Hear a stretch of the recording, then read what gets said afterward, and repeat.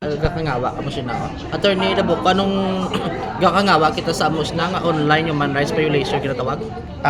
Well, di ko ambal kita online human rights violation dala ang cyber libel.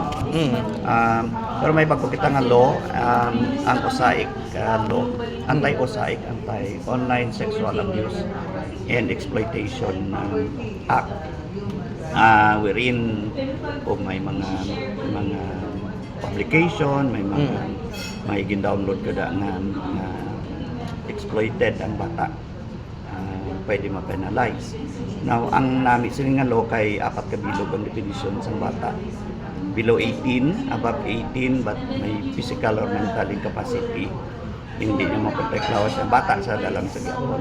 Ang ikatatlo, computer generated, inablangin mo lang, kag gina-depict mo, napakita mo nga bata dalam na gyapon. Or, bisan adult na, pero ginapaportray mo siya as minor, masulod yapon sa OSAIC. For instance, hindi mo kasang video, ay pornographic video, adult ang imo nga mga participants, imo nga mga actors, pero ginapaportray mo sila sa roles sa isa ka bata, masulod yapon na sa OSAIC. And kung ging upload mo, kuan mo sa online, covered na sa violations sa rights sa natong kabataan. Sir, diri sa Region 6, anong pinakadamo nga violation? Sir, anong age bracket, sir? Tiyang subong, anong tawag din? Mga diri sa mga 18, 19, 20, mga dira. Anong nature, sir? Ang damo sa mga complaints, mga tiyak ni alleged sa sexual abuse. Pero may mga complaints man kami on cyber libel. Tawag ni? Mga Facebook pala. Facebook. Most online. Online. May nagreklamo na sa inyo regarding sa nabiktima sa online nga human rights violation?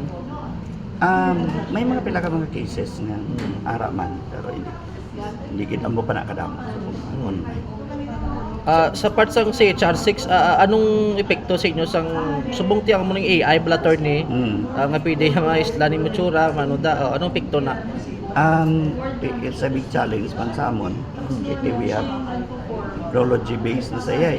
So we need equipments, may tanan training kung paano hindi naman nga alleged lang mo, dapat ma-investigate mo.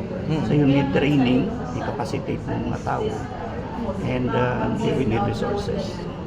Sir, anong advice mo sa mga parents ng ilang mga bata? Kasi malikawan ng especially online exploitation. To supervise kita, dapat nila